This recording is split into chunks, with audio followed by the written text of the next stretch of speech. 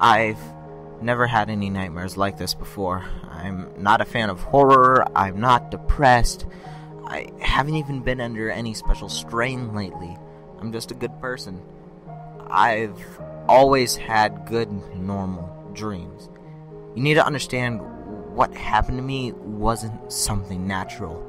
God did not put that thing inside of my head. It was eerily lifelike, this nightmare, but I'm sure you've heard that before. I woke in the dream and was still perfectly aware of each of my senses. When I sat up, I felt the air shifting against my face. I could have counted the creases in the duvet as it crumpled to accommodate for my movements.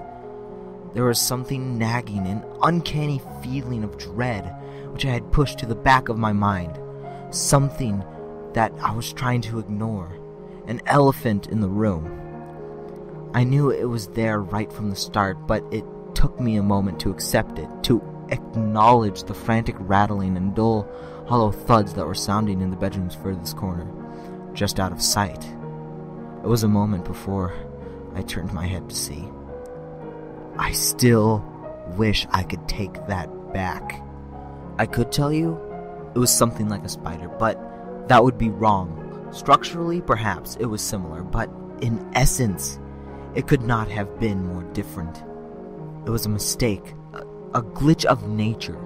It consisted entirely of legs, twitching, writhing masses of them all joined together where the pelvis should have been. They were thin, fleshy, and pale white, and as much as I tried to ignore it, there was something awfully human-like about them.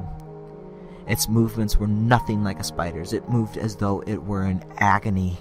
Something dying and helpless, unable to control the contractions and spasms that racked its muscles. Aside from it appearing there was something deeply disturbing about it. Because not only did it seem to be dying, it struck me as having the air. Perhaps it was something to do with the blindness of the way in which it moved. Of the not yet born, it reminded me more than anything else of those rare cases of conjoined twins where the children are fused together in the womb. Or else it reminded me of the children that are born with their hearts outside of their chests, or half of their bodies are gone, like they were never meant to be alive.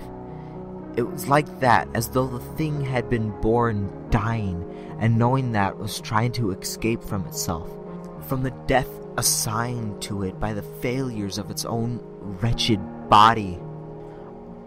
It was only a reflection. Truly, I was alone in the room, and the creature was nothing more than an image in the glass of a mirror that stood in the corner. But this did nothing to lessen my fear of the thing, because in a heartbeat, I realized what it was doing, where exactly it was trying to escape to.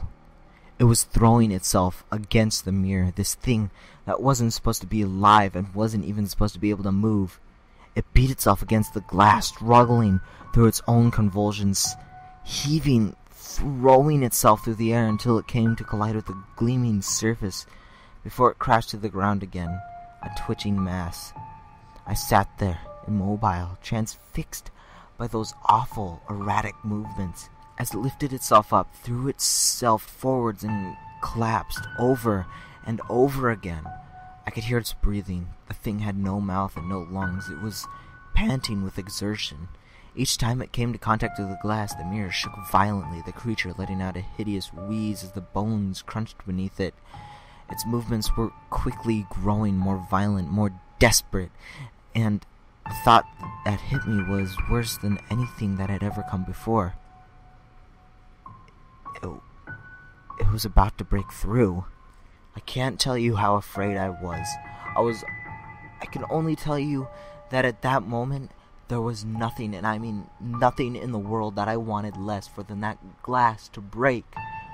I would have killed myself. Hell, I probably would have killed everyone I loved, if only to make that thing go away. The creature's breathing had mounted, sharpening and warping horribly into a piercing whine like the sound of a pig screaming. No, it was more like 100 pigs, screaming, crying in the burning fires of hell, its legs rotating gruesome and seamless. On its fleshy axis of a body, I watched as it raised itself once more, as it heaved its weight forward, throwing itself against the glass with all its force. And knowing that this was it, this was the time that it would make it to my side, to our side of the mirror. The blissful ecstasy that flooded my body when I found myself awake, lying in silence and peaceful darkness was beyond words. The screaming was gone. The relentless rattling had ceased. I know that I was safe, that I would never see that thing find its way into our side of the mirror, was something that surely can only be appreciated by those who have suffered through nightmares like mine. I waited some time in silence, unmoving, savoring the knowledge that I was safe. There was a part of me that vainly felt as though I myself had destroyed the creature, as though some transcending power of will had woken me just before the thing broke through, destroying it forever. When I finally sat up, I found myself smiling right until my eyes landed on that mirror. It was standing there as it had been last night in the furthest corner of the room, but the sight of it made my blood run cold.